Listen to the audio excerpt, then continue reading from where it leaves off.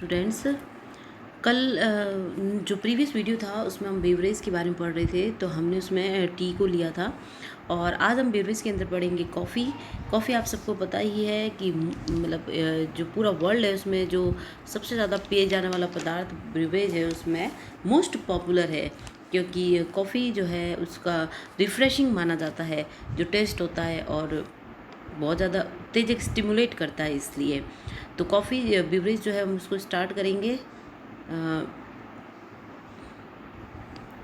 Coffee का जो botanical name होता है वो कॉफ़िया अरेबिका है और इसका जो वर्निकुलर नेम है वीएन जो है वो कॉफ़ी होता है। इसकी जो फैमिली होती है वो रूबिएसी है। एंड यहाँ पे मैं आर स्मॉल लिखा है, आप इसको आर कैपिटल कर दीजिएगा। रूबिएसी होती है और यूज़फुल जो पार्ट होता है वो सीड होता है। कॉफ़ी की जो है वो कई सारी स्पीसीज़ होती है, लगभग 50 स्पीसीज़ ऑल ओवर वर्ल्ड में पाई जाती है। और कॉफ़ी अरेबिका जो अरेबियन कॉफ़ी है, coffee liberica लिब्रिन coffee, coffee robusta, कांगारोफी, लेकिन जो सबसे मोस्ट पॉपुलर कॉफ़ी है वो कॉफ़िया अरेबिका है। कॉफ़िया अरेबिका की variety arabica and coffea arabica variety bourbon दोनों ही मोस्ट पॉपुलर वेराइटी है।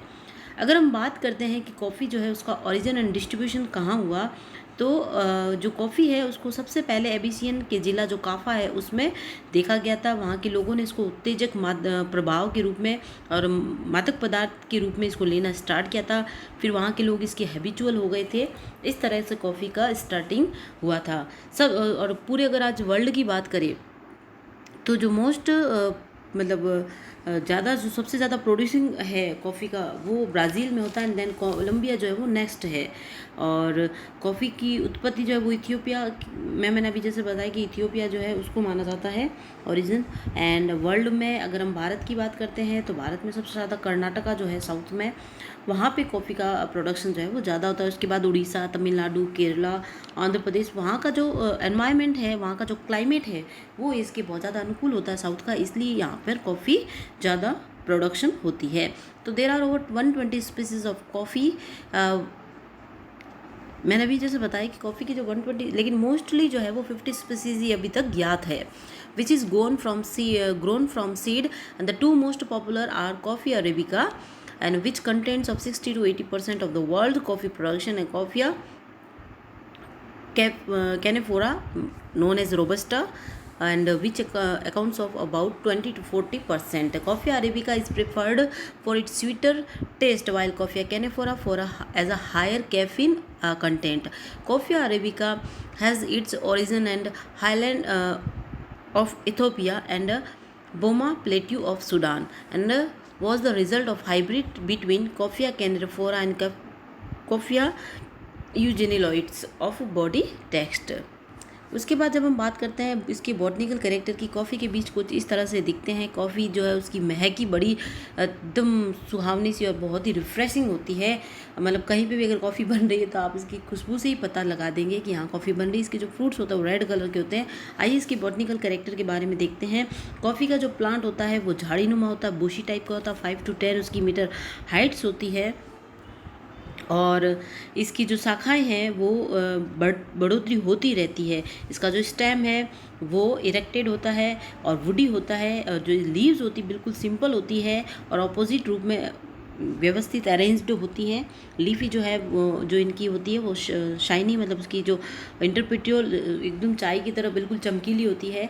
और फ्लावर्स जो है वो वाइट होते हैं और क्लस्टर में होते हैं, बाइसेक्सुअल होते हैं, हमेशा गुच्छों में मिलेंगे और पत्तियों के कक्ष से ही उत्पन्न होते हैं। इसका जो सीड होता है वो ड्रूप्ड होता है, अस्टिल होता है और पहले स्टार्टिंग में तो ग्रीन होता है लेकिन बाद में ये देखो यहाँ पे जैसे होता है रेड कलर का हो जाता है। इस तरह से इसका ये बॉटनिकल कैरेक्टर है और उसका प्रोपगेशन हमेशा बीजों के द्वारा होता है और कटिंग और जो ग्राफ्टिंग है उसके लिए प्रोपगेशन के लिए वो मेथड यूज़ की जाती है। नर्सरी में इनकी तैयारी की जाती है, उसके बाद इनको ट्रांसफ़र कर दिया जाता है जब वर्षा ऋतु आती है, इस तरह से।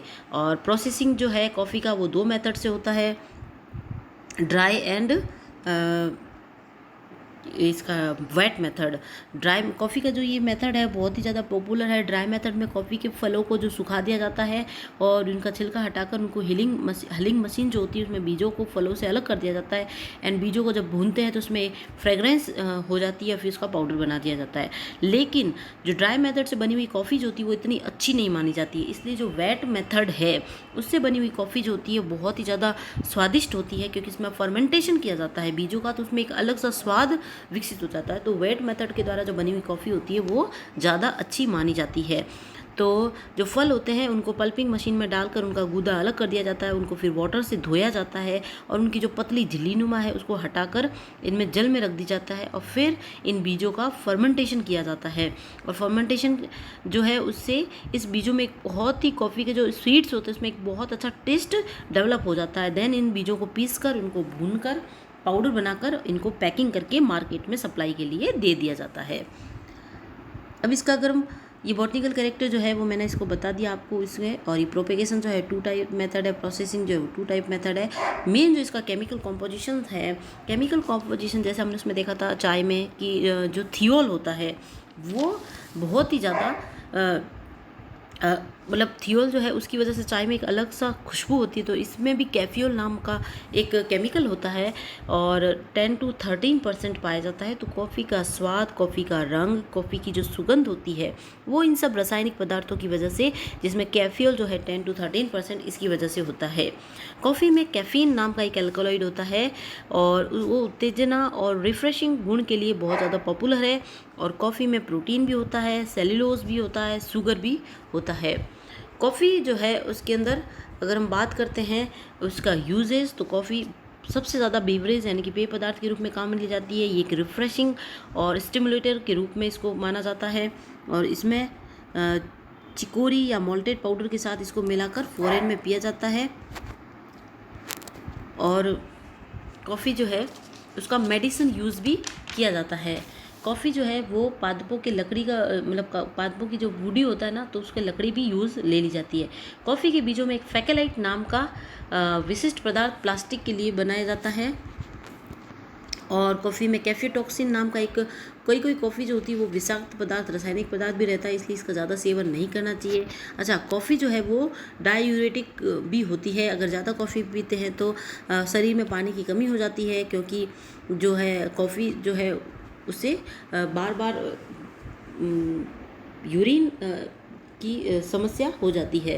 तो इसलिए कॉफ़ी जब जो भी ज़्यादा अगर मात्रा में लेता है तो उसको पानी की कंज्यूमिंग बढ़ा देनी चाहिए। पानी की कंज्यूम बढ़ाने से उनमें डायूरेटिक वाली समस्या का उनको सामना नहीं करना पड़ता है।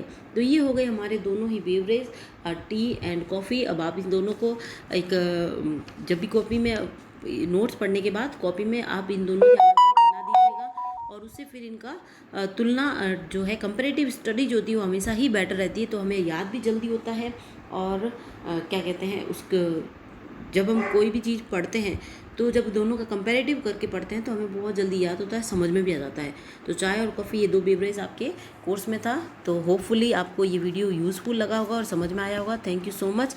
नेक्स्ट वीडियो में हम जो बचे हुए मेडिसिनल प्लांट है उसको लेंगे और जो भी हमारा बचा हुआ थोड़ा बहुत जो कोर्स है 2-4 टॉपिक है उनको कवर करेंगे। Thank you so much.